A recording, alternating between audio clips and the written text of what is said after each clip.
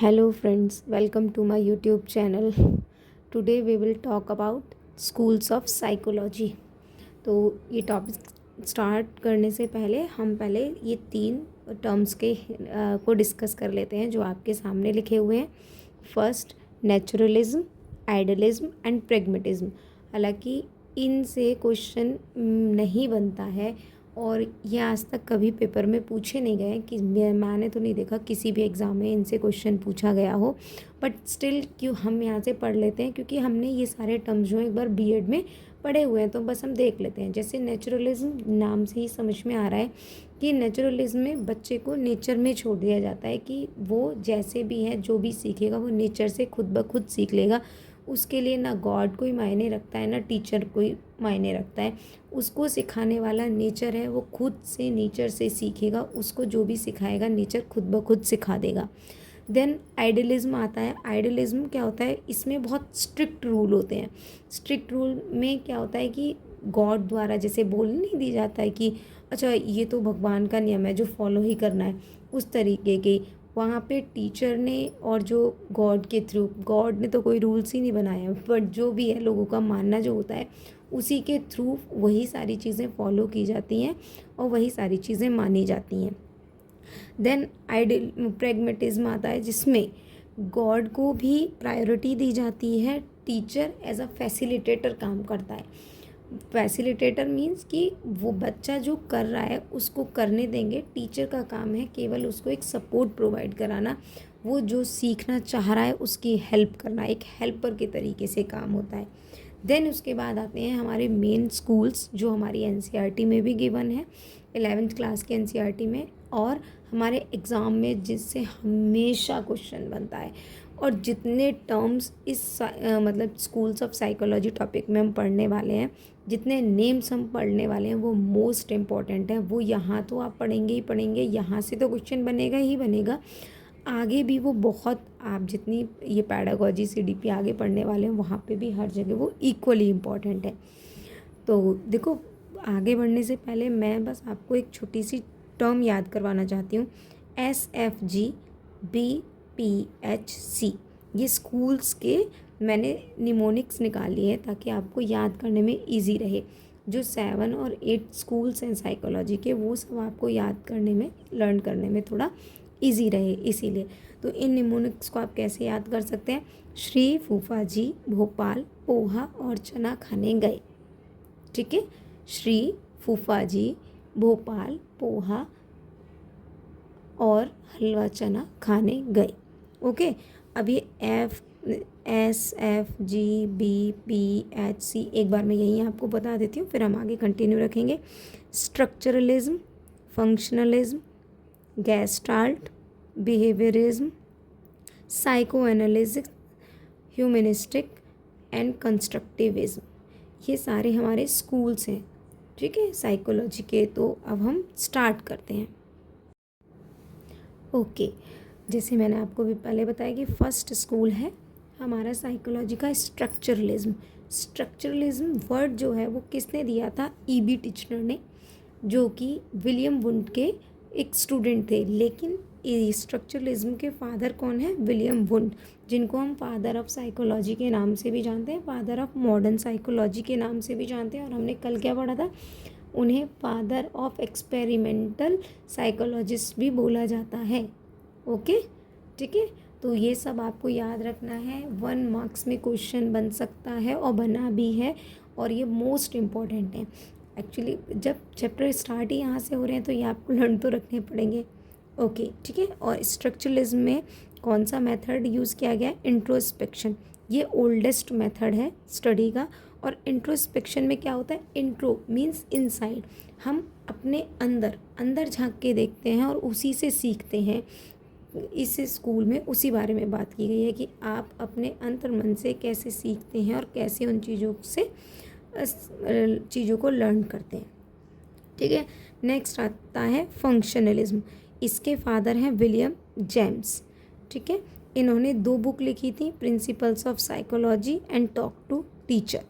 ठीक है, ये इम्पॉर्टेंट है, एग्ज़ाम में हर बार पूछा जाता है, कई बार फादर्स के फॉर्म में पूछ लिया जाता है कि who is the father of functionalism school of psychology. कई बार बुक्स के नेम आ जाते हैं, who is the writer of principles of psychology और टॉक टू टीचर्स। ठीक है, इस तरीके से ये पूरा आपको लर्न करना है, पॉइंट टू पॉइंट आपको एक तरीके से कह लो कि रटना है, इसके अलावा तो कोई ऑप्शन है ही नहीं।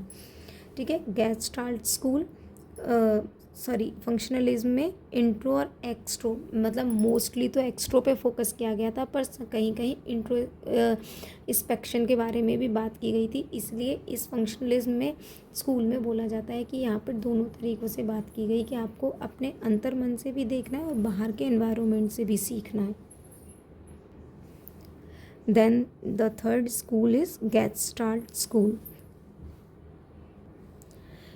इस स्कूल में बात की गई एट द वोल मतलब कि बच्चे को पूरे तरीके से समझना है, उसके किसी एक पर्सपेक्टिव से उसे नहीं देखना है।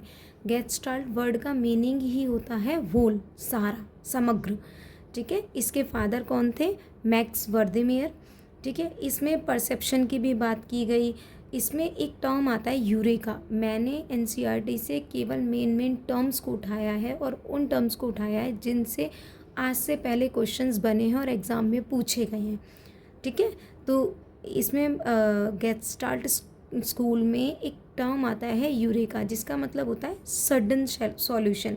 मतलब आप एकदम से अगर आपके सामने कोई प्रॉब्लम है तो वहाँ पर आपका सडन क्या सॉल्यूशन आप करते हो उस प्रॉब्लम का, उस टर्म के लिए यूज़ किया गया यूरेका टर्म को। ठीक है, जैसे कि यहाँ पे एक लाइन भी लिखी हुई है, the whole is more than sum of part. Sometimes आपको ये केवल एक स्टेटमेंट दे करके पूछ लिया जाएगा कि ये किसका स्टेटमेंट है या ये कौन से स्कूल से रिलेट करता है, तो आपको फिर वो उसी तरीके से बताना है मैक्स वर्देमेयर का है और गेस्टाल्ट स्कूल है। ठीक है, और गेस्टाल्ट में 3 लोगों का नाम लिया जाता है, कोहलर, कर्ट लेविन और कोफका। फादर तो मैक्स वर्देमेयर हैं ही, लेकिन गेस्टाल्ट स्कूल में ये 3 लोगों का जो वर्क है उसको बहुत ज़्यादा अप्रिशिएट किया गया, इन तीनों को। और इन तीनों की मैंने वो भी लिख दिए यहाँ पर, इन्होंने आगे क्या क्या काम किया है, और वो तो आप आगे भी पढ़ोगे कि इनका क्या क्या काम है और इन्होंने क्या किया है। जैसे कि कोहलर ने इनसाइट लर्निंग दी है, जिन्होंने सुल्तान चिंपैंजी पर अपना एक्सपेरिमेंट किया था, वहाँ पर आगे लर्निंग की थ्योरीज पढ़ोगे, वहाँ पर पढ़ लोगे। कर्ट लेविन ने फील्ड थ्योरी दी थी, ये भी आप आगे पढ़ोगे। और कोफका ने मेमोरी के बारे में बात की है, आप आगे पढ़ोगे। लर्निंग 3 तरीके से होती है, मेमोरी, अंडरस्टैंडिंग, लर्निंग। तो उसी अकॉर्डिंग जो कोफका है उन्होंने मेमोरी के बारे में बात की है।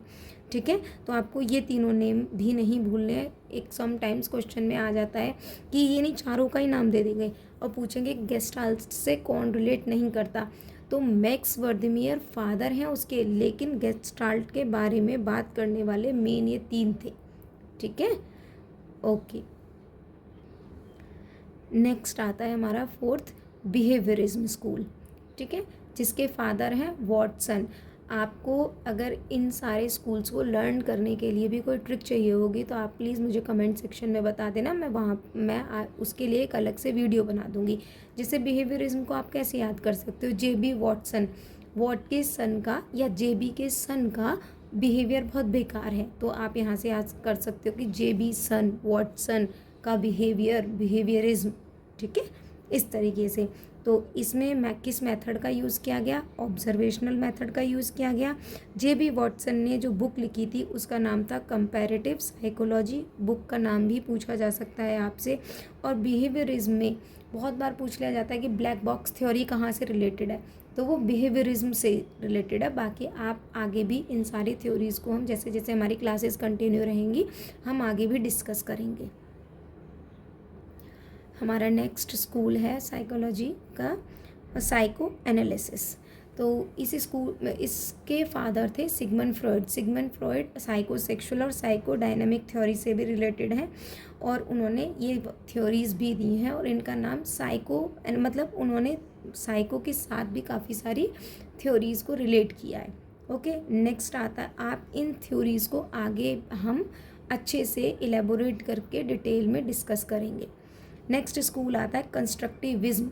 जहाँ पे जीन पियाजे का बहुत रोल है और जॉन डेवी का। जॉन डेवी ने बोला था लर्निंग बाय डूइंग, बच्चे को करके सीखने दो, ठीक है। जीन पियाजे के आप आगे पढ़ेंगे, कंस्ट्रक्टिविज्म उन्होंने अप्रोच दी थी और उन्होंने किस तरीके से थ्योरीज दी है वो आप आगे पढ़ेंगे, जिसमें ये बताया गया कंस्ट्रक्टिविज्म में कि child is a active learner and teacher is a facilitator. Okay, now seventh is behaviourism, जिसके फाउंडर हैं कार्ल रोजर और जिसके फादर बोला जाता है मैस्लो को। ये आपको दोनों टर्म याद रखने हैं। एग्ज़ाम में ऐसे कंफ्यूजिंग क्वेश्चंस बहुत आते हैं, आपसे कुछ पूछा जाता है, आपको कुछ लर्न होता है और आप कुछ टिक कर देते हैं। अगर आपसे ह्यूमनिस्टिक अप्रोच के फाउंडर पूछे जाएंगे तो आप कार्ल रोजर ले आएंगे, और ह्यूमनिस्टिक अप्रोच के फादर पूछे जाएंगे तो आप मैस्लो टिक करेंगे। Okay, now the last one, cognitivism school of psychology, जिसमें मिलर एंड ब्रूनर का नाम आता है। इन दो लोगों ने मिलके इसमें काम किया था। इसमें मेंटल प्रोसेस के बारे में बताया गया कि किस तरीके से आप इसको मेंटल स्किल बोल लो, मेंटल प्रोसेस बोल लो, कि माइंड किस तरीके से प्रोसेस करता है, किस तरीके से काम करता है, उसके बारे में बात की गई इसमें। जैसे कि thinking, reasoning, perception, memory, imagination, language, इन सारी चीज़ों के बारे में बात की गई। ओके, आई होप कि आपको ये समझ में आया होगा और अच्छा लगा होगा। और कल हम आगे स्टार्ट करेंगे ग्रोथ एंड डेवलपमेंट। ऐसे ही हम एक एक चैप्टर पढ़ेंगे, एक एक थ्योरी को करेंगे, ठीक है। Thank you for watching.